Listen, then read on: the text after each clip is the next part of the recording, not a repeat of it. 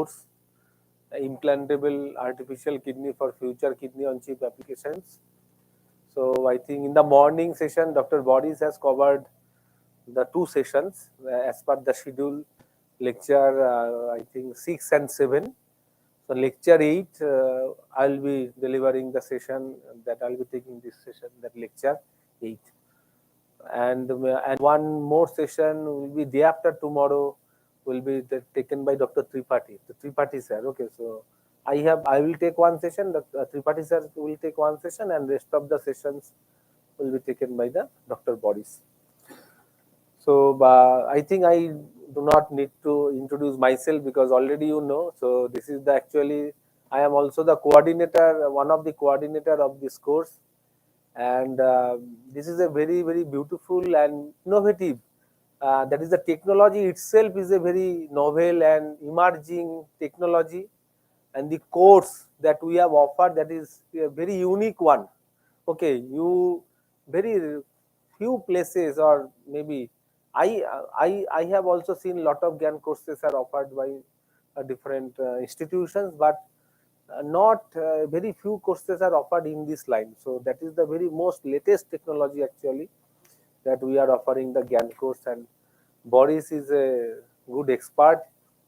He is actually one of the team member of his team. His team is pioneer in the Russia that to make the that human organs, the like the mimicking the human organs. Okay, different type of organs. So they have worked on heart, they have worked on other organs, but now recently they are working to mimic the kidney.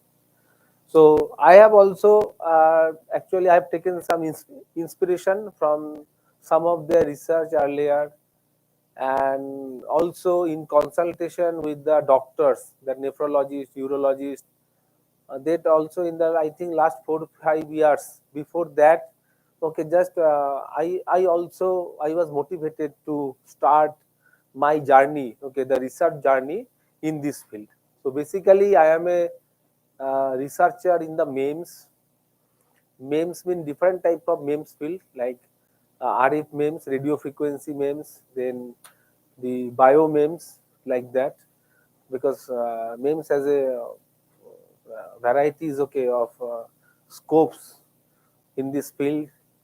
And then also I do work on the VLSI field also. We have a good team in VLSI domain also. Here microelectronics, VLSI, IC design. We have couple of projects on the microelectronics IC design. The chip, we have also fabricated 3-4 chips. Okay, that is there in the VLSI lab. If you are interested, you can see. So that VLSI group is also there. So I am working on that actually. VLSI, MEMS, and like that. But 4 years back, 4 to 5 years back, actually, this type of technology has motivated me a lot. So, and that I have given one problem to my earlier PhD scholar, Dr. Satish. So now actually he is doing postdoc in France. So he did some part of the work, and the second part of the work is doing done by that Bhagyashree is also working under me. She is doing, okay. So one part. So this is actually for today. I'll be that. Where is the pointer? Okay. So on. Okay. So this is actually the title of the slide, that mimicking of human organ using MEMS and microfluidic technology. So we have started actually. We are not. We are very new in this field because I think after the lecture 6th or 7th lecture, you have already come to know this is a very, very complex also, very complex technology, complex field. So to know how the technology, okay, to have the that much of expertise, so you take some more time. So not 2-3 years, 4 years is not actually enough time. So in that sense, we and our group is very, very at the nascent condition, that we can say. Okay, it's a very new one. Okay, just we have tried to explore, okay, some venture out in that in this field. So actually, the why, the how, there are different organs in our body, that so many organs. human body is a very the God has created a so intelligent type of machines, we can say. The human, the organisms, okay, organ systems, circulatory systems, our brain, okay, they are the neural architecture, nephron, everything is so controlled, so manageable, automatic feedback system is there. So it is, I think, intelligent instrumentation, okay, some already that we do have, okay, in our system. Everything is done by automatically. Okay, so maybe so everything is controlled from our brain. Okay, then it goes to the heart, then different places, then kidney, then lungs. Okay, the other organs, the cells. Okay, so everything they are automatically they are maintaining their own environment, their own physics, chemistry.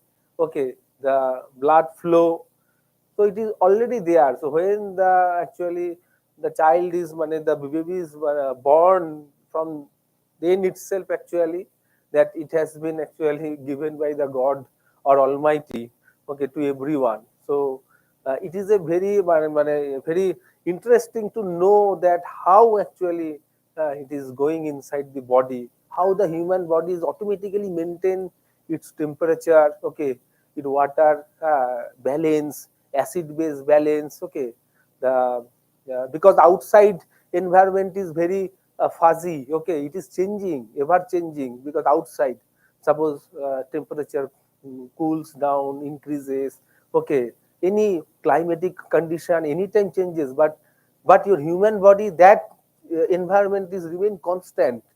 So the body is adapted in such a way it will sustain, okay, survive in each and every condition. That's so outside condition and inside human body condition, there is a difference, hell and heaven difference. So but in every condition, in any critical condition of the outside environment, the body condition inside our body, everything is maintained. So this is a wonder, really this is a wonder, how it has maintained automatically, okay, inside our body. So I actually used to give these examples. Okay, if you see in the slide that in the left hand side there is the globe. Okay, the in the globe means it is a huge. Okay, the entire earth. Okay, the globe. The in the globe the 7 continents and 195 countries, I think, approximately, that we used to know. And in the right hand side the billions of people. So the 7.8 billions of world population nowadays. Okay, so now you can imagine the 7.8 billion world population across the whole globe. Now if you are supposed to ask that, suppose you figure out where the India is. So India I can figure out here. So across the big globe, okay, the enormous thing, okay, that India is a country like that. So similarly, in an analogy with this, I can also, if somebody asks you to, okay, just to point out, okay, or encircle one people, one man, okay, one human being among the 7.8 billion world population. So that is a very, very negligible. Na? One human being, one people in 7.8 billion world population, say nothing. So it is a very small creature. It is a nano. Okay, it's a nano dimension, a nanoparticle like that. So again, if we go now we are going inside. So this is our India, the country. Now I am going inside our country, a beautiful country, India. As India is also a very big country, from east to west, okay, then north to south, okay, but is a where but diversity, culture, everything is there. So in our country, then where is the Assam? So Assam, I can locate it here. So Assam is also a little bit. It takes a less, very minimum space if you compare with the in our whole compared with the whole country.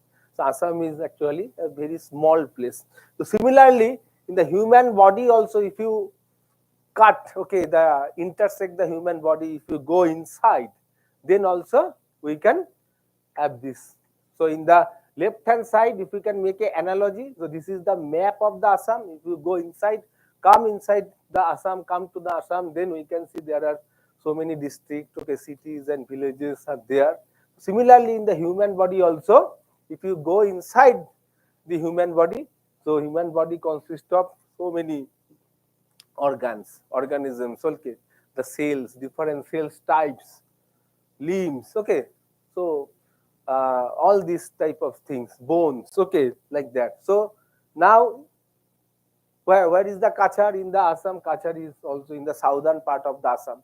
So again, if you compare the Kachar, the area of the Kachar is very, very smaller as compared to the area of the Assam, the whole state, because Assam is a very bigger state. So similarly, in the human organ also, if you want to locate where is this kidney, so this is also one of the very small, tiny shaped beans like organ, that is the kidney. So in the kidney is nothing, actually in the nothing means the space I am talking about, I mean to say they are actually area, the volume, okay, of the organ is very, very small if you compare with the whole human body, okay.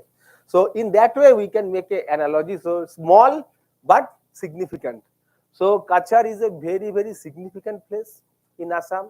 So a lot of historical the memory, okay, the history, the glorious history is I think involved in the Kachar. Okay, if you go back to the history, there are so many things. The Kachari Raja, the Kachari king was there. Even in the Kachar also, I think you know that Air India now stopped their operation, but Air India service from Kolkata to Silchar, Air India, it was date back to I think before independence, like that. From Second World War times, there was a Air India flight in to Silchar. So that flight, after 75 years, the Air India actually now the flight service is withdrawn. So now, so I mean to say that Kachar, though is a small place, if you compare with the state of Assam or the whole country India or across the globe, but very, very small but very significant. Okay. So similarly, kidney also small organ, bean shaped organ, very small, okay, but very, very significant in our human body. So just I try to make an analogy. So this is the kidney. Inside kidney means this is the bean shaped like of structures, and in the Kachar we are now here in our NIT Silchar. So ultimately we are in now NIT Silchar. So you are from the NIT Silchar. So NIT Silchar is a very, very small place if you compare, okay, if you across the country or globe is a small, okay, the area wise, okay, the volume wise, but very, very significant, okay.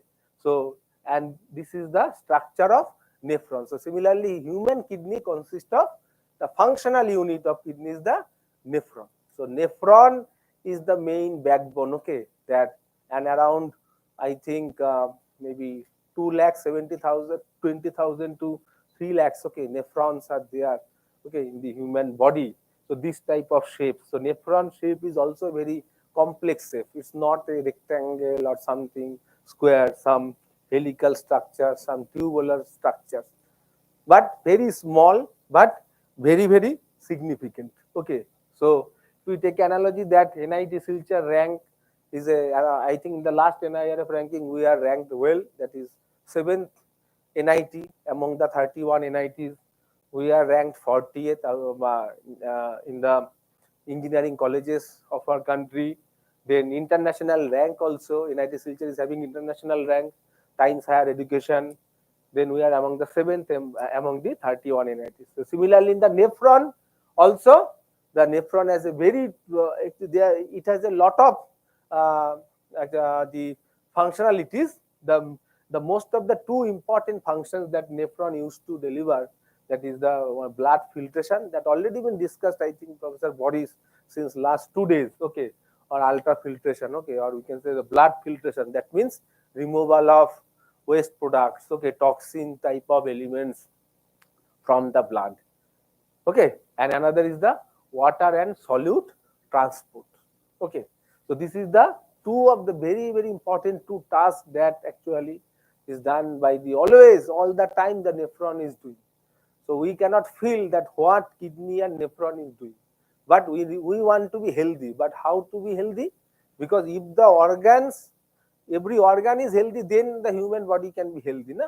But kidney actually performs several functions, not only these two, okay, because already it has been discussed. So maintain the body inside environment, that is called homeostasis, the body temperature maintenance, then water and solute transport, then blood filtration, okay, then secretion of a urine, like, okay, that the waste product can be excreted, okay, as a form of urine, then reabsorption, because in the human blood, then sodium, potassium, very important, glucose, urea, then some proteins are also required. So again, it is reabsorbed by the our bloods, okay, that will be required. So one, it is filtered out, then 70% of the blood, that is again reabsorbed this actually sodium, potassium into the blood. So only the toxins and urea that is not required for the body, that is only excreted, and rest of the things again it will reabsorb. So this is a continuous process again. So filtration, reabsorption, again filtration, reabsorption, then secretion, then excretion. So there are different parts that I will discuss, okay, like that. So both are of high value. So now if you go back to the, I think those who are the, here is no outside people. So I used to show the maps, so where the NIT Silchar is like that. So this is the full campus. So this slide is not required for this.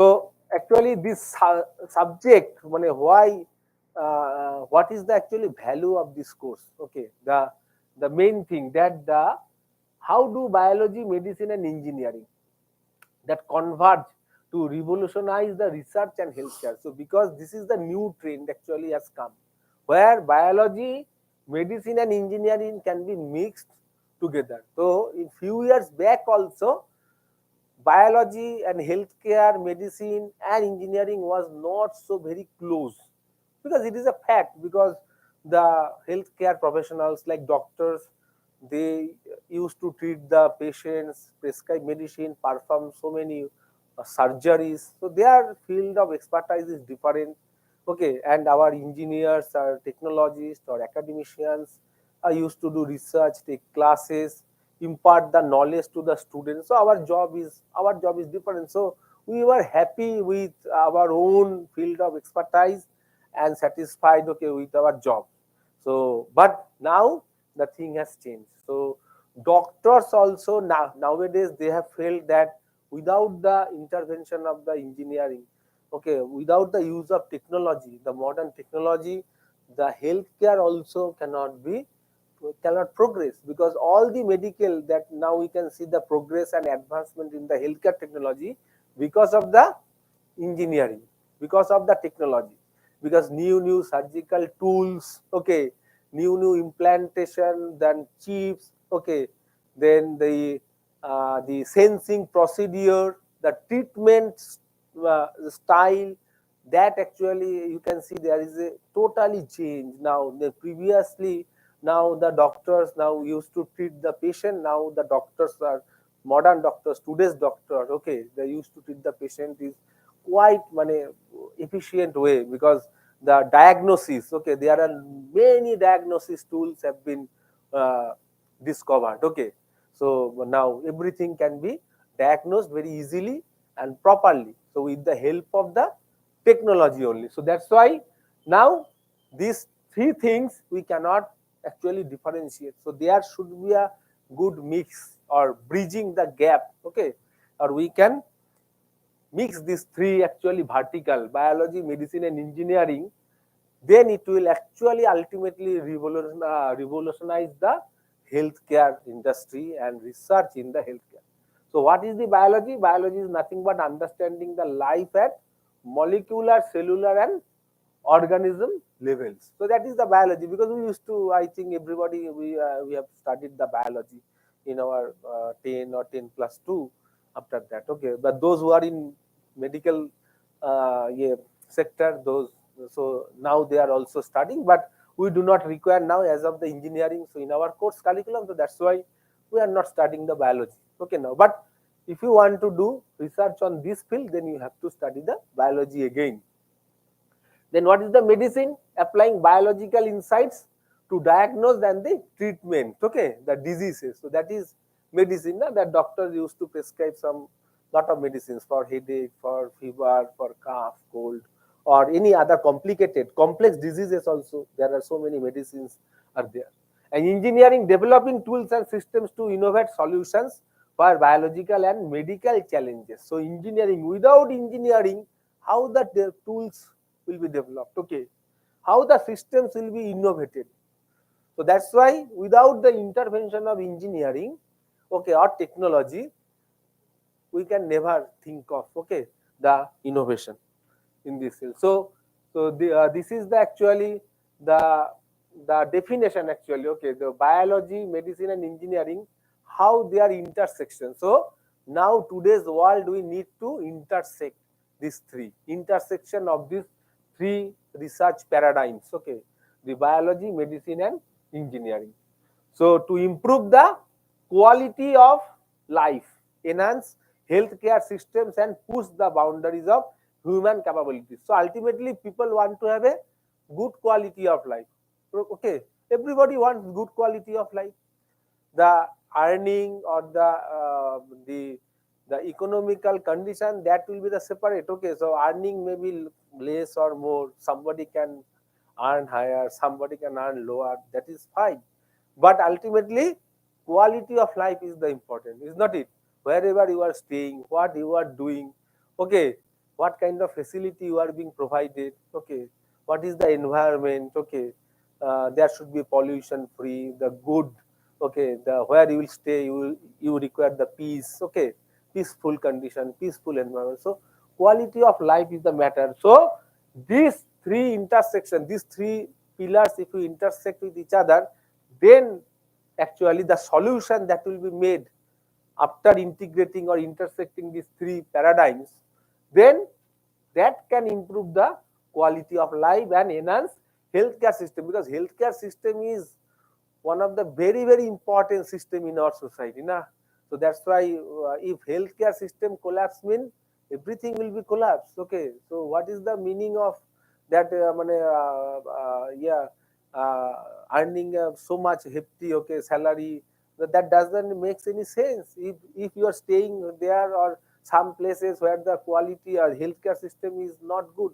So always people wants to actually see whether I am moving or some in relocation, that maybe people can give the first priority to the whether the healthcare system is good or bad, education system is good or bad, whether it is that. It is generally every people used to actually um, experience this one.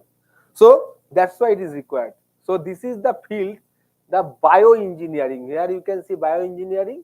These are the things: the biomedical engineering, nanomedicine, synthetic biology, and the tissue engineering. So these four, the research verticals or the or branches, we can say. Okay, these four branches can intersect with each other and can make a new type of study or the branch that is called bioengineering. So bioengineering or biomedical engineering nowadays actually very hot topic of discussion, and lot of institutes, universities have opened, okay, these new branches, but the students are also getting attracted to pursue their careers in the bioengineering and bioinformatics, biomedical field, okay, because it is a very interdisciplinary.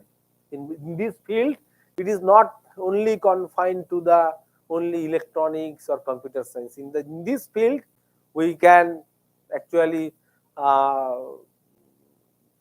মানে shake hands, okay, with the people from physics, mathematics, biology, okay, even sociology, even the doctors are also required, okay, the healthcare professionals, okay, everyone is actually. So this is a truly interdisciplinary field. So these are the some of the that the latest technologies, okay, of this field, bioengineering, advancing human health, developing innovative treatments, and addressing the challenges. Okay, you can see that. So that is the one of the is the aging. Aging is nowadays, you know, that lot of people wants to be actually look like there's a young. Okay, so that is the, so maybe so there is the technology is there. Then chronic diseases also. Chronic diseases, one of the example is the kidney, because chronic kidney disease, CKD. CKD is actually is very dangerous. Okay, so it actually grows over time. At first moment, we cannot understand, okay, or we cannot feel whether I have a kidney disease or not. If we will not pay attention to my body, okay, to this, to any indication, if I neglect, then slowly chronic kidney disease will actually, it will make a pile up, okay, and then ultimately it will come out as a form of the your end stage kidney disease, that is called ESRD, end stage renal, at the stage last stage. So there means, that means your kidney permanently fails. Okay, one of the kidney or both the kidneys are not working. Okay, so that's why chronic diseases. So similarly, the artificial organs, the artificial heart, that already they have worked on that, the Boris group in the Russia. If you can Google it out, you can see the Sputnik. They have actually made the artificial heart, and it was named as Sputnik. Okay, so these are the examples of the complex problems that can be solved through this new bioengineering, that organ failure, neurodegenerative diseases, cancer, diabetes, genetic disorder, infectious diseases, chronic wounds. So these are very complex problem. That organ failure is very complex. It's not a like a common type of diseases. Okay, organ failure, and the specialist also, the to find out the specialist doctors also in this type of disease is very difficult. Not every place you cannot find a very good neurologist, very good nephrologist. Okay, this type of, so doctors may be there, but for the treatment of common diseases, but not very highly specialized doctors in only big city or big places. Okay, like there, but not in everywhere, all the places. So that is one of the disadvantage of some of the places where healthcare system does not grow actually, okay, fully. So these are the some complex problems that can be solved. So these are the key areas of intersection. So biomedical engineering, what is the job? It develops the medical devices and diagnostic tools. Okay, so medical devices and diagnostics tools. So many medical devices are being used nowadays. Nowadays, the robotic surgery are becoming popular. Okay, within few years, you can see that everybody will perform. The doctors will the robotic surgery. So robotic surgery is highly precision, remotely operated. Okay, it can be possible. Then nanomedicine. Okay, then tissue engineering and synthetic biology. Why it is important? Because it addresses the critical global healthcare challenges. So these are the critical global health challenges. So this is not a the only country specific, all the location specific, everywhere is a global problem. Organ failure is a global problem. Neurodegenerative diseases, okay, lot of neurodegenerative diseases are there, like your that maybe the epilepsy type of, okay, seizure attack, okay, then Parkinson, there are other diseases also. Then cancer, you know that cancer in Assam or Northeast, cancer is also very rising very rapidly. So the in Barak Valley also there is a cancer hospital and research center, it is there. So then diabetes is common now. So because it improves the quality of life, like improved healthcare, enhanced disease diagnosis and advanced therapies, and also it drives economic growth. So obviously, if you invent somewhere novel things, okay, in healthcare or any technology, then indirectly actually drives the economic growth. Okay, so any new thing if you come across, if you develop, then obviously after few years, not just after 1 year or 6 months, it will take some time, but when the technology will be matured, then it will drive the economy, pushes the boundary of the economy. Just by example, by design of innovative medical devices, okay, development of new drugs and therapies that is coming out. New drugs are coming out. Okay, genetic modification and tissue culture to improve the crop yield also. So that is actually there. So these are the key research areas. So I will not go in the details of that, all these things, okay, because these key research areas in this field, like biomedical imaging and diagnostics, So integration of AI. So nowadays now all people are talking about AI. So AI has a greater scope in biomedical image processing, because with the help of AI, your prediction accuracy will be much more enhanced. Earlier the doctors used to predict suppose 80%, 85%, maybe nowadays 99%, 98% possible due to the application of AI. Even AI comes in drug delivery. In the drug, new drugs are created, okay, are invented using the application of AI. So AI has a great role in the biomedical field. Similarly, lab on chips for rapid diagnostics. So lab on chip means the whole diagnostic in a simple, tiny, small microfluidics chamber like this shape. Okay, so entire diagnostics can be done. You do not require a very big lab or room like that. Sitting on this small place, okay, with the help of a small plastic casing size this, using a microliter or nanoliter volume of fluid, you can detect the cause of the diseases. Okay, this is called the rapid diagnostics. Like in COVID time, Corona time, the whole world has to depend on the lab on chip systems, because day by day, in every instant, COVID cases are increasing so high. So you have not more time to detect whether you are COVID or not. So at instantly, you have to detect whether you are COVID affected or not. So for that, lab on chip systems actually are very, very useful. Then the wearable devices like wearable electronic skin, nowadays the technology has come. Then wearable brain machine interface also, that from brain machine interface. So from the brain signal, then the EEG signal you can capture, and then you can process that EEG signal, okay, eliminate the noise, filter out all these things, and then also you can measure some of the neural diseases. You can take precautions like that. Even from so heart diseases can also be predicted using your EEG type of signals. Okay, so that brain machine interface is nowadays becoming very, very popular. Like then. So these are the revolutionary technologies that break through in nanomedicine, because possible for nanotechnology.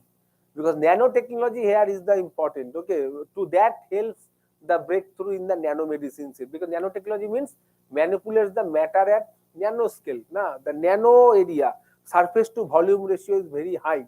That is the main advantage of the nano particles. So due to this, actually, this nanomedicine actually becomes a very, very useful technology. So using nanoparticles to deliver drugs directly to the disease cell. So suppose if you look at the disease cell, we can directly deliver only to that cells, because the other cells are good, only these cells are bad. Okay, some the dead cells, now you have to treat only that cell. So that much of precision can be possible. Okay, so using this nanomedicine, only it will pinpoint to that cells, and it will they deliver the drugs directly. Okay, then nanosensors, then detecting diseases at early stages and monitoring treatment response. So very nanometer sensors are nowadays are there. Okay, so very tiny small amount. It can be invasive and non-invasive. You can insert in your body, or otherwise you can wear it, okay, somewhere. So it will detect the diseases. Like nanobots, tiny machines capable of precision surgery. That surgery, the doctors, I think, in the very advanced healthcare facility system, or maybe in some good developed countries, they are using these nano robots type of thing. The surgery for surgical procedure, they can insert these things to the body, and it will just do the everything as per the instruction, okay, of the doctor. So this thing, like another revolutionary technology is the microfluidics, because microfluidics is here now, because all these lectures, whatever that Dr. Boris is delivering, is based on the microfluidics only. Because microfluidics, why? because the blood flow mechanism, plasma, okay, the solute transport. This is nothing but a microfluidics. Why the name microfluidics? The science of manipulating fluids at the micro scale. So micro scale, not this big volume of chamber is not required. Only the micro level small chamber is enough, okay, for this study, including that what are the application? Micro environments to mimic in vivo conditions like cell culture or organ on chip, okay. Using the microfluidics, I can mimic the same type of environment like cells have, because cells has to maintain some dynamic environment inside the body, okay.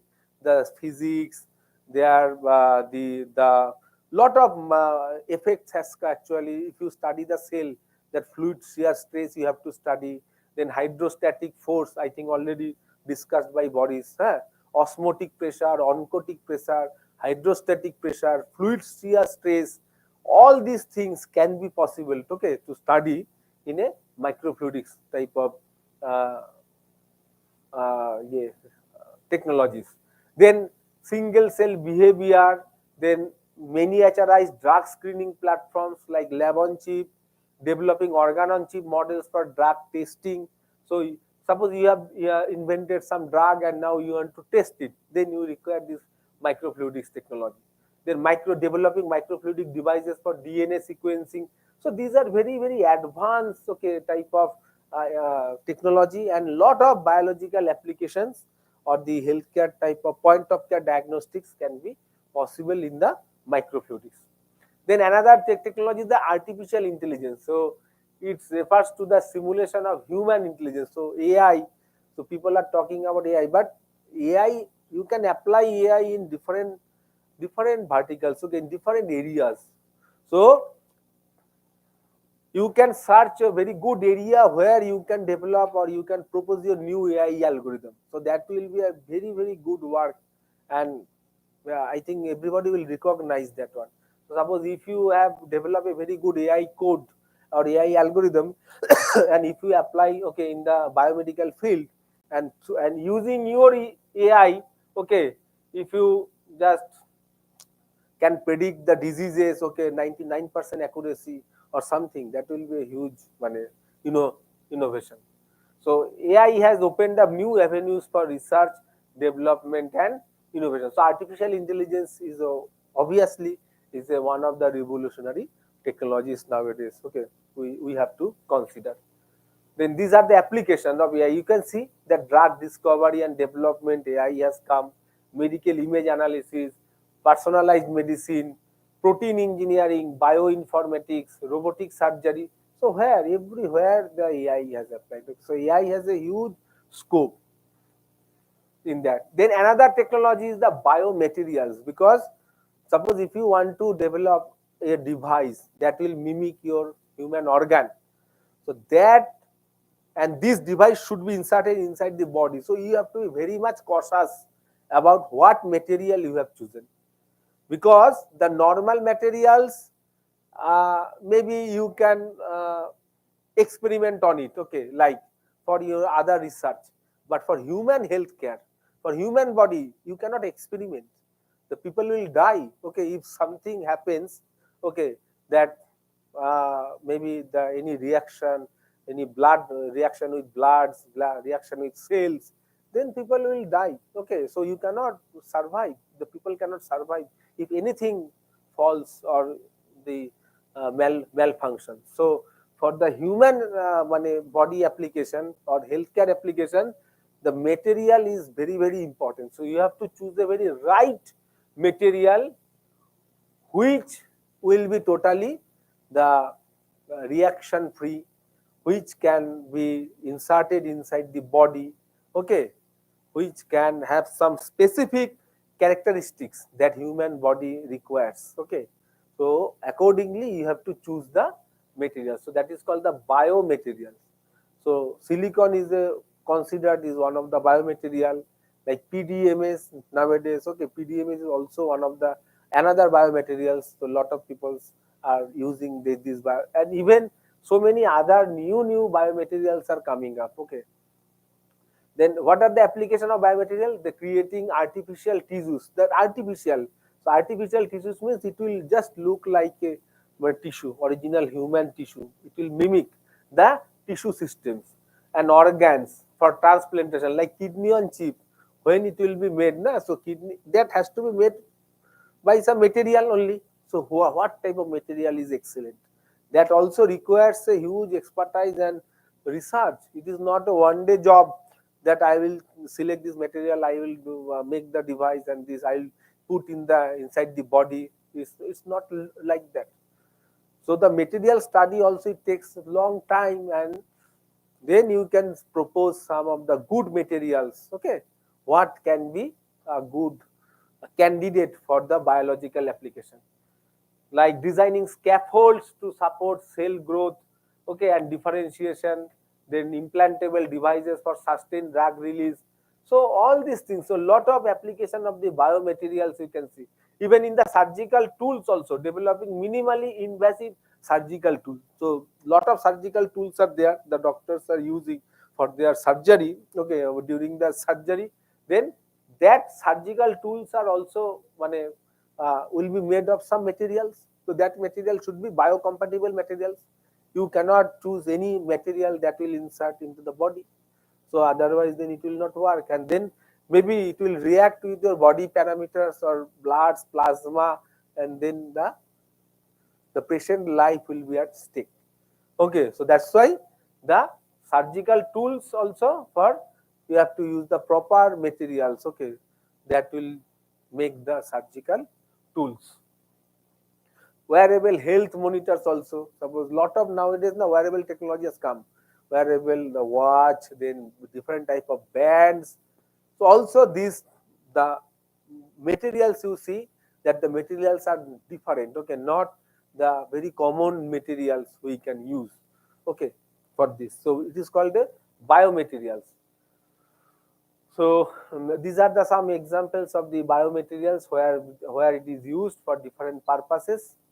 Okay. Then another is the technology, revolutionary technology of bioprinting. So just 3D bioprinting. Have you heard the? I think you have known. You have heard that 3D printing in mechanical engineering department. There is a 3D printer is there.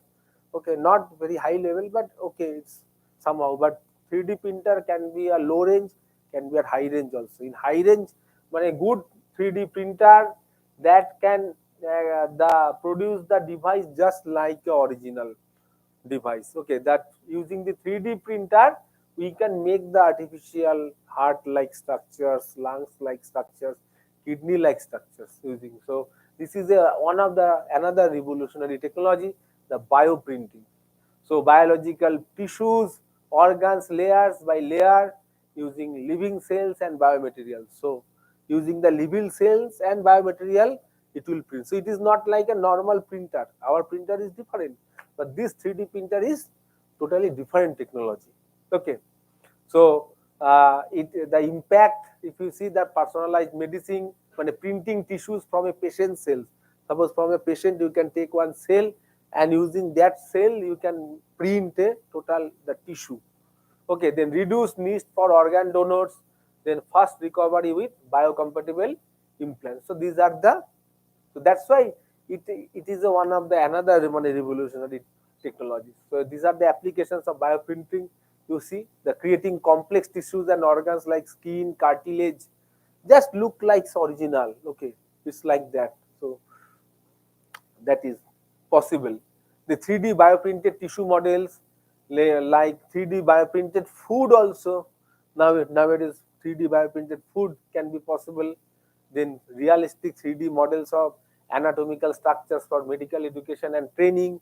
So their medical universities actually, they are having this 3D printed type of the different shapes, okay, of the organs to demonstrate to the students, okay, like this. Another revolutionary technology is that bodies, I think, as today he has covered, that digital twin. It is a coming up, okay, it is coming up, not actually gaining the popularity till now, but it has a huge potential. The digital twin technology, that this is also great scope, great area for the research. Those who are interested to research on maybe work in AI, machine learning field, then they can take up this actually the digital twin technology as in their future research, because this has a huge potential. So the digital twin technology creates virtual replica of the physical objects. Okay, the virtual replica. So why it is needed? Because earlier times what happens, that whenever people used to invent some new drug, then used to test in animal model, but nowadays it has been actually slowly diminishing, because animal testing is not recommended at all. In some of the countries it is totally banned. So you cannot test with the mice and rats, okay, because it is not fair also, na. If you have something new invention, why to test in the animals? If something happens on the animals, why? The animals is also a living creature. We cannot taste our new invention or something to the animals. So that's why, in order to prevent that, the digital twin technology actually can help us, okay, to test your drugs, to model, okay, to test your model or any new technology, okay, in the virtual domain, okay, suppose. So here we can make the virtual replica of your kidney or human organs, and then you can test the drug delivery, okay, or the how the drugs goes inside, how it interacts with the different cells and this. So that can be possible, but very challenging, not so easy, because there are a lot of things will be required. Just for AI, then good machine learning, very good coder, the computer science domain expert, okay, that is required, and always feedback mechanism from the real world. You have to collect the data from sensor, then sensor will be integrated with each other, and then you have to feed the data from the sensor to make this virtual replica. So that's why it is actually very interesting technology, very novel and cutting edge technology, emerging technology, that the digital twin, and it has a huge scope and application in the healthcare also, healthcare domain. So these are the application of digital twin technology. So virtual surgical simulation, then highly accurate digital twins of individual patients for precise diagnosis possible, then virtual testing of medical devices, optimizing drug delivery.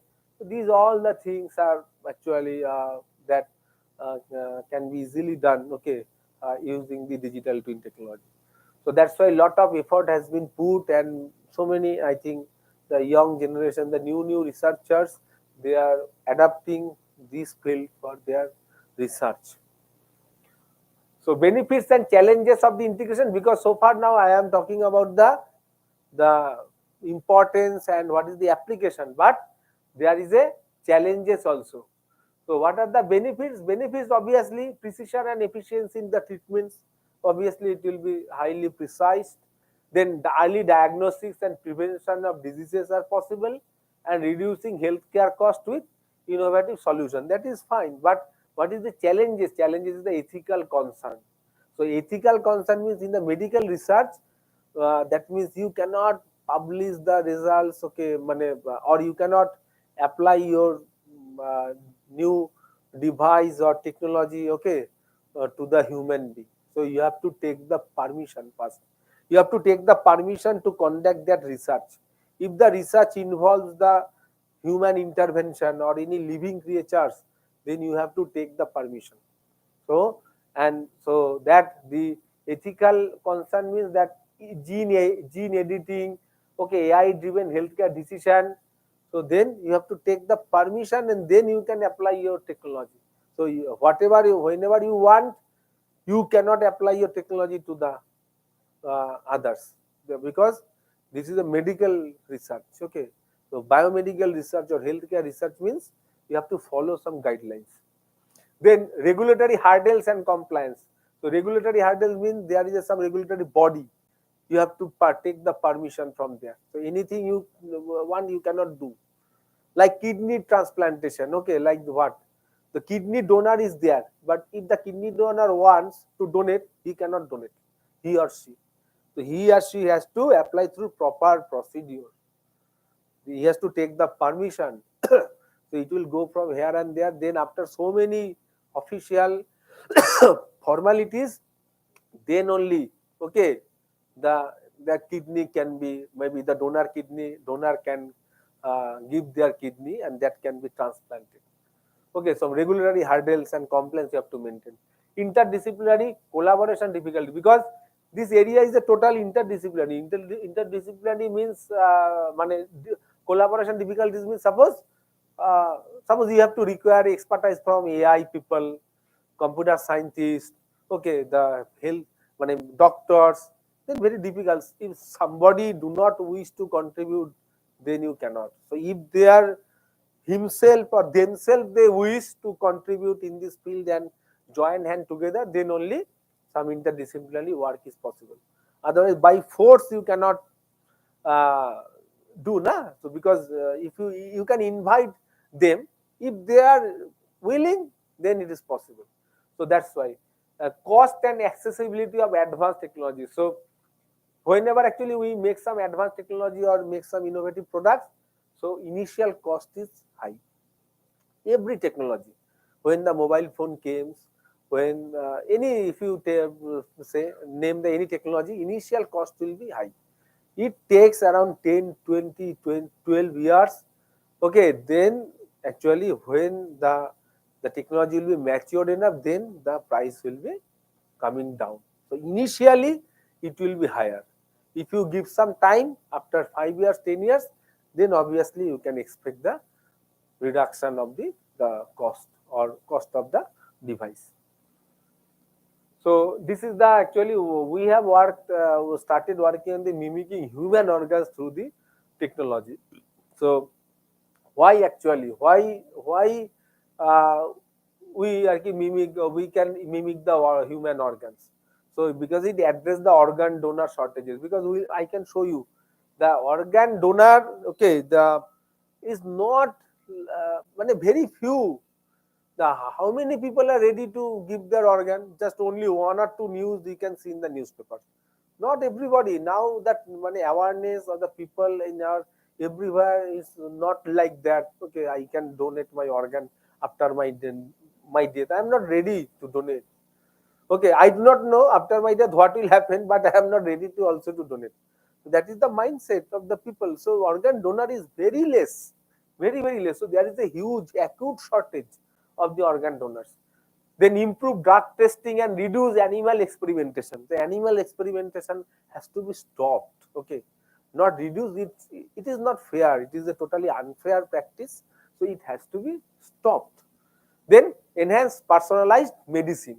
So for this actually the mimicking of the human organs. Suppose if you mimic the human organs, like any organs, then and if you come up with a new technology, that will really help actually in these domains.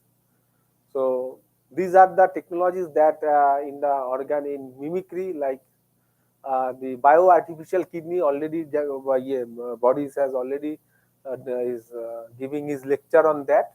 Okay, so like brain machine interface, the neural prosthetics, cochlear implants enable hearing by directly stimulating the auditory nerve. So that is also possible, hearing it. You can make a chip and you can implant inside the ear. It is possible. Brain computer interfaces are also there. The Elon Musk has come up now with the new devices. That is also, yes, Neuralink. That is actually, that will also another very revolutionary technology that has come up. So these are the things that they are. So this thing I have already explained. So I will just this is so many slides are there. I will go to the this particular some slides, like, so these things are very important, because I was talking about the materials. You can see how many type of materials, okay, are alternative materials for organ on chip devices and microphysiological systems. So PDMS, elastomers, thermoplastic, glass, silicon. Okay, these are all the things. So many materials. Okay, and there is a green band, yellow band, and red band. Green, yellow, and red indicate. Generally, green means positive, yellow moderate, and red is the negative characteristics. So all these materials, not all the characteristics are positive. It is a combination. Some are positive, some are moderately good, some are even bad, okay, negative. So this is a combination. So, and you can see the how many parameters, like this low cost is, fabrication is, then mechanical properties, then flexibility, permeability, biocompatibility. So many parameters that actually you have to look into, okay, to for a good biomaterials. But it is not expected, but it's not we cannot expect that all the parameters will be in a good, in a positive, okay, manner sense. Some should be mixed also. Some characteristics are moderately good, some are very good, and few are maybe bad also. So that elastomers and thermoplastics are also, that is a new materials, okay, that are coming for this type of organ on chip applications. So this thing I have already described the challenges. Then this is the global momentum, organ on chip investment worldwide. You can see each and every developed countries, the United States, UK, India, Japan, China are investing huge amount of money and research in this organ on chip. So, so this is not only country specific. Now across the globe, the people has actually worked. Okay, so this is the organ on chip groups are there. In Europe, there is a big group that work on the kidney on chip. In Russia, there is a group. In USA, there is a group. Okay, so everywhere that is there now nowadays. So our research is the mimicking human organs in MEMS and microfluidics in this field, because human body, you know, the typically the 60% of the body weight is the water. So our human body, the total weight, 60% comes from the water. So water is the chemistry of life. It is called chemistry of life. So human body full of water. So water means the flow of water, solutes, transport inside the water. So that is very, very important to study. So these are the role of kidney already explained by Boris, that you can see so many roles. That first one, filtering waste products, excess fluids, toxins, then electrolyte balance, blood pressure maintenance, then red blood cell production, then balancing fluid levels, removing drugs and metabolic waste, okay, regulating acid base balance. So all these functions are very, very important to maintain our human body in a stable condition. Each one of the functions actually not maintaining properly, then you have to need to go to the doctor, okay, and you have to take the proper medicine. So that's why the kidney does actually this, the most of the complex functions of the human organs, okay, and all these complex functionalities are also the taken care of by the human kidney. So that's why kidney is very, very important, very, very important organ. So the kidney receives 20 to 25% of blood flow that comes from the heart through two renal arteries that arise from the abdominal aorta and exist through the two renal veins. So some biologies also you have to study, because if you are uh, diving into the biological research, then obviously you have to go inside and then you have to study again these biological things. So this is the kidney part, what are the things is there, and this is the kidney functions. So this is the nephron like structure. You see is a very complex structures, that the nephron, the red means the bloods, okay, the vessels are there. So this thing, so this blue and red actually are interrelated. So it is the original structure inside the body is very difficult to draw itself. So it is a just interleaved with each other, this one, okay, and the helical type of shape. So these are the different nephron parts, the glomerulus, proximal tubule, okay, descending leaf, ascending leaf, distal convoluted tubule, collecting duct, and intermedullary collecting duct. So these are the kidney diseases. Different kidney diseases are there, and the kidney diseases are related to this. Okay, diabetes is one of the major concerns. That's why people actually always that we have everybody is cautious about the diabetic na today. So you should not be diabetic, because this will indirectly help to grow the kidney disease. So kidney, one of the prime concern of the kidney disease is the diabetes, then high blood pressure, then heart problems, so stroke, obesity, family history, tobacco use, and obviously the age factor. So these are actually contributing to the chronic kidney disease. So this is the Indian scenario. You can see that the death rates due to the kidney, okay, that age standardized rates. So 46 to 65 age. So these are the portions where the death rate is more in this part of our country. So Northeast is also there, some part. So kidney patients worldwide. In India, you can see the rising figure, 117. But all other countries, in India, these kidney patients are rising. That is actually very major concern of this type of study, and to find alternative solutions to prevent this type of diseases. Okay, so in India, so brief history I will not talk about. This figure be very important. Landmarks in nephrology. You can see this person. Okay, the William Johann Kolff.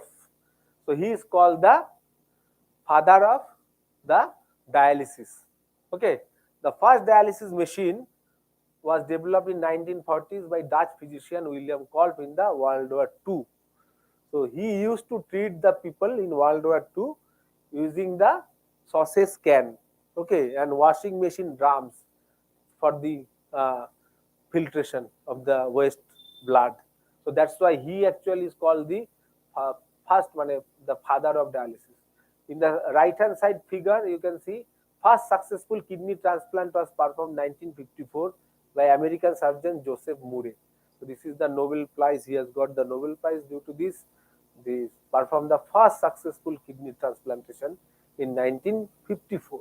So it's not the kidney transplantation started long back. So these are the statistics, and this is the scenario in the Northeast and Assam. So as in that,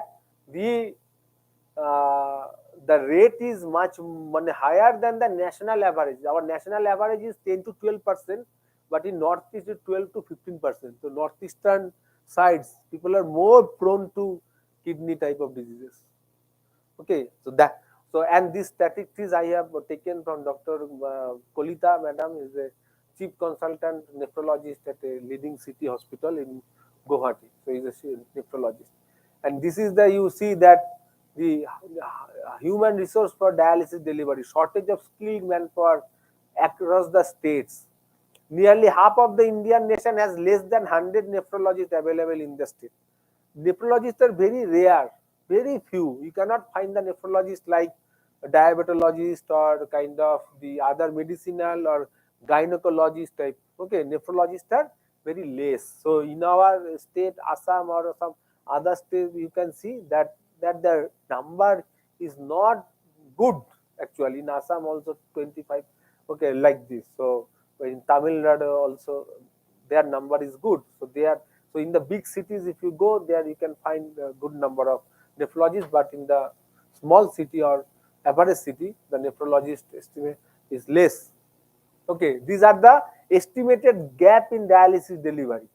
So total number of dialysis machines there in the state wise, and estimated new end stage renal disease patients, kidney patients added every year. So patients per machine, you can see, so 3 patients per machine in Sikkim, like that. So in some of the cases, 14 patients in one machine like Tripura. So that is not a good situation. 14, 20, okay, people has to depend only one dialysis machine. So there is a shortage of dialysis delivery, not enough dialysis center, not enough dialysis machine. Okay, so that is there. This is the actually alarming type of statistics. Okay, so these are the dialysis techniques. So there are different type of dialysis, but dialysis is not a long term solution because it's painful. You have to go to 3-4 times, okay, in a week. You have to spend 2-3 hours, then making a channels. Then so this is not a very good solution. But people used to go by force because they have some, but they are suffering kidney disease, and now for the and the dialysis only filters the blood, but kidney has some other function, lot of that dialysis machine cannot do. Dialysis machine can only filter the waste blood and filters, and it can give you the pure blood like again. So only the filtration or removal of toxin waste, that is possible, but the kidney has other so many jobs that cannot be performed by the dialysis technique. Okay, so problems, these are the problems with dialysis.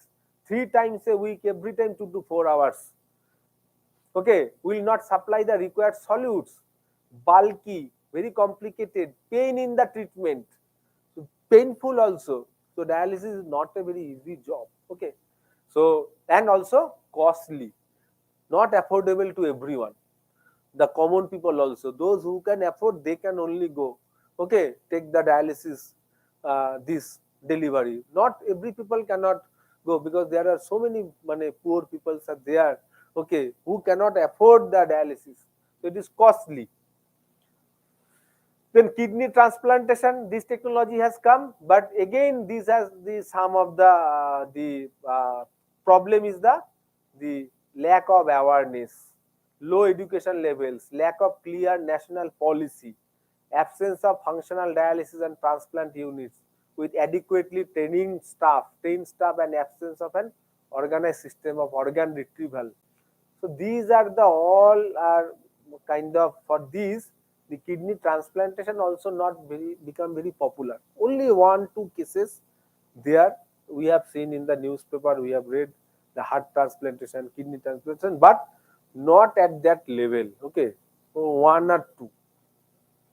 So then kidney replacement therapy, that now actually what we are they are working is a kidney replacement therapy, means actually this comes under the that innovative, that is implantable artificial kidney.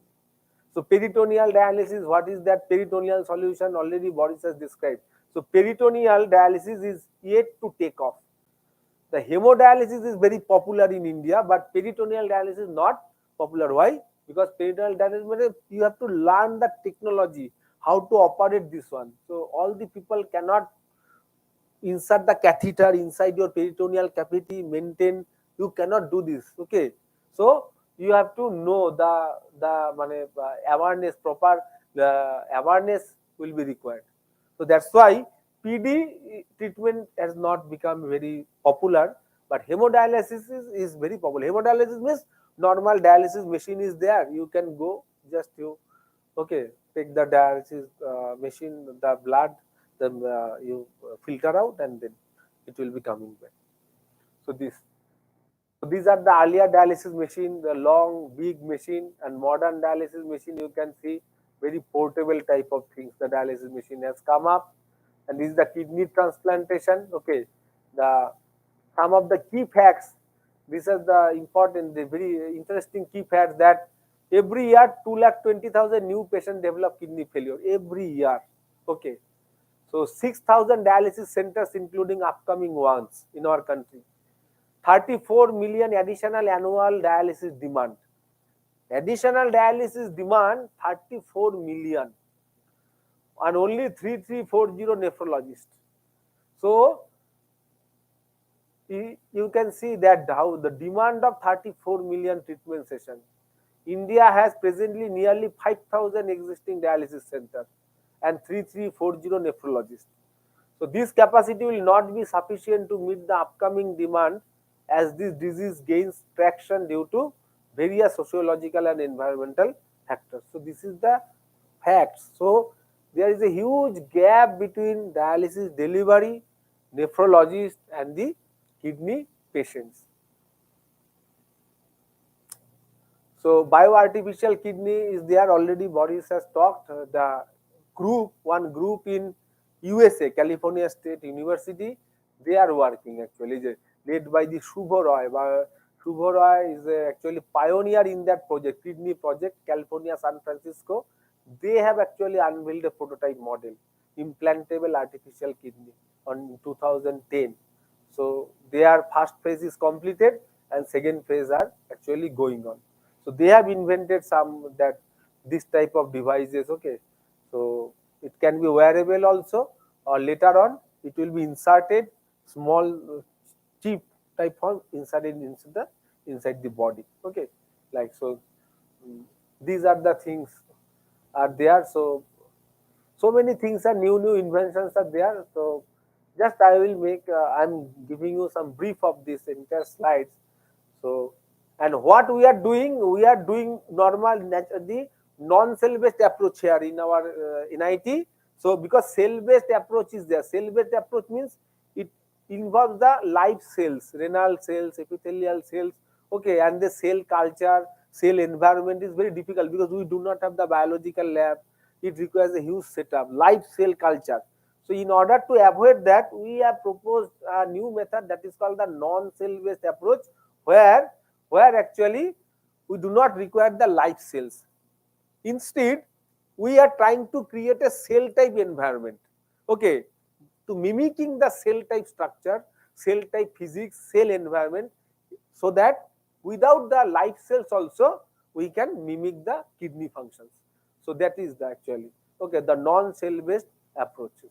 So there are synthetic or biomimetic materials to replicate the key aspects of renal function without living cells. So without living cells, how it can be? So this is a new area of research. Okay, that we have proposed. The Russian group and our group jointly collaborating each other, and we are working on this type of approach where avoiding the cell using the microfluidics technology, how it can we can mimic the kidney functions. Okay, like that. So this is our research.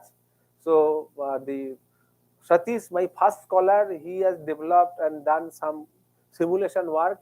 He designed some non-cell based proximal convoluted tubule structures of the kidney using the microfluidics. And so these are the some of the structures you can see. Like we just wanted to mimic the proximal convoluted tube because kidney has some different nephron has different parts. One of the important part is the proximal tubule, and proximal tubule is responsible for the mainly reabsorption. Okay, the sodium, potassium, magnesium reabsorbed with the blood again using the proximal convoluted tubule. So that's why this part is very important. PCT, proximal convoluted tubule. So he has developed some model and some design. So a lot of simulation and structures he did, and we could publish some of the findings in journals also in 3-4 years back, 2-3 years back. So and then we did some modeling also, analytical model. We have developed some mathematical model for this type of reabsorption. Okay, so these are the some modeling means using the microfluidics and fluid dynamics physics. Just you have to use it. Okay, nothing other than this. So you have to study the fluid dynamics, microfluidics very well. Okay, for the mathematical model. So there are some glimpses of the results, and we have validated the simulated results with the theoretical results also. So some of the good results we have published in some journals. So it is a combination of mathematical work and the simulation work, but we till now did not fabricate actually. Okay, so that we are trying now. So all this type of higher end research and glomerular filtration barrier. Now right now we are working on that. We want to mimic the glomerular structures. Okay, how the glomerulus means what? Ultrafiltration. So semi-permeable membrane will be there. White blood cell, red blood cell will be separated because of the large size, and small size molecules will be inserted. Okay, so this type of structures we want to mimic. So it is called glomerulus on chip, GOC. Okay, so for this we are working the non-cell based approach. Okay, mimicking the glomerulus, and Bhagyashree here, she is sitting here. She is doing actually this work. So also this is actually ongoing research. Okay, some of the results we could publish, some of the results are not still published. So this so many simulations and mathematical modeling is going on. So for this, So this is actually, these results will help the future kidney on chip, because whenever you will invent some huge kidney on chip means you have to consider all these things, the mimicking of the kidney different parts, kidney nephron different parts, okay, and their mathematical analysis is required, simulation is required. So that's why. So we are doing one part, simulation and mathematical modeling. So these are the some key publications, and this is not related here to this. This is another research. My another student is doing that ECG and EEG from signal. We can predict the heart diseases, heart arrhythmia. So now actually we are doing on this research also. We are capturing the signal from heart, and then we are trying to predict that whether there is a cardiac arrest can occur or not. Okay, like the prediction, early prediction. So some signal processing will be done here with some machine learning algorithms we are developing also.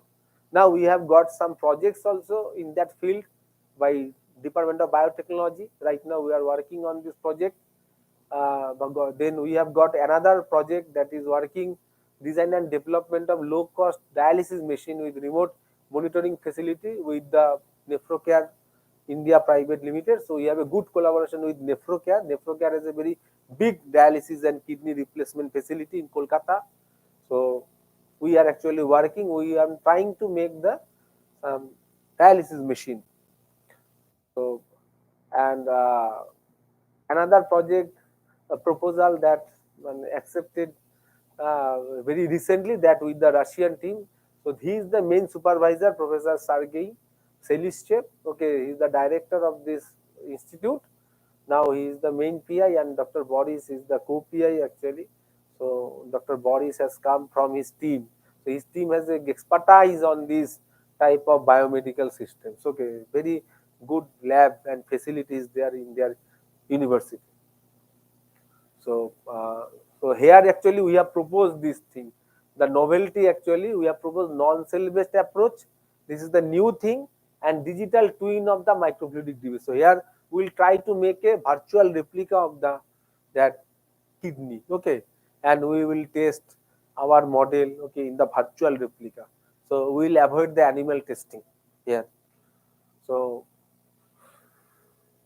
this is the very interdisciplinary technology. That's why the biomedical engineers, the biologists require, nephrologists require, immunologists require, material scientists has a role, bioinformatics and data science has a good role, then regulatory affairs, ethics and social sciences.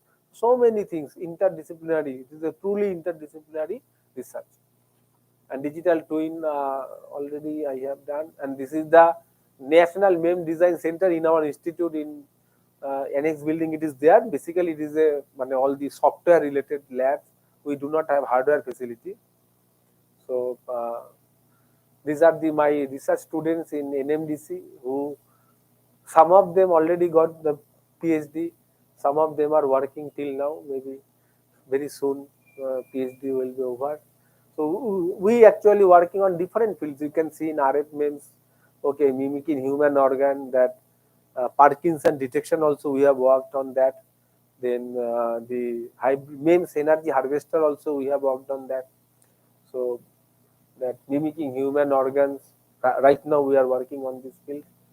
Then these are the some students in VLSI lab. So in the some of the students also working and already awarded PhD degree in that field. In VLSI also for biomedical application, VLSI for biomedical application. So VLSI chip for neural amplifier, epilepsy detection, cancer detection. Okay, so this type of work also we are doing here. So this is the scope for future students who can work on this field and can come to join our research groups. So there are the scopes on this field, particularly the research. This is my contribution actually, and this is the collaboration in the national collaborators. I am thankful to them. That you can see some of the doctors. That's why is my closed collaborator, because without the doctors we cannot do the biomedical research in the biomedical field, na? Because without their expertise and knowledge, it is impossible. Then I have some international research collaborations also. We have some couple of joint international projects, okay, with them. So ultimately, that this is a very interdisciplinary approach is crucial for tackling global health challenges and improving quality of life. The future of research lies at the intersection of disciplines where creativity meets necessity to solve the world's toughest challenges. Okay, so this is the open for interdisciplinary research and fostering, and this is my reference. And this slide, you know, it is very, very important. I used to present everywhere. Last slide, global healthcare transformation. You can see from left hand side to the right side, health to death, how the cost of care increases. So if you are in fitness and wellness, মানে consumer fitness, personal exercise, cost of care মানে very less, $0.3 per day, easily affordable. If you are going in, entering in the chronic disease, this band, diabetes, hypertension, okay, $3 per day, it is increases. Then complex diseases, COPD, heart failure, these some things, $300 per day, so huge. So it is exponentially increasing. And acute care, this type of myocardial infection or stroke, brain surgery, critical care, $3,000 per day. So the cost of care is exponentially increasing from people managing their health to complex chronic disease and acute care. If acute diseases are not manageable, chronic disease needs to be controlled. So that means we have to be controlled, we have to restrict ourselves in this band only. So for that, we need the help of technology. Okay, for that we need the help of technology. Without the technology, we cannot. So that's why physical exercise, the different type of wearables nowadays, the medical devices we can use, and we can monitor our body vitalities every time, and we can take the precautions at proper time. Okay. So that's why it is very, very important. Thank you.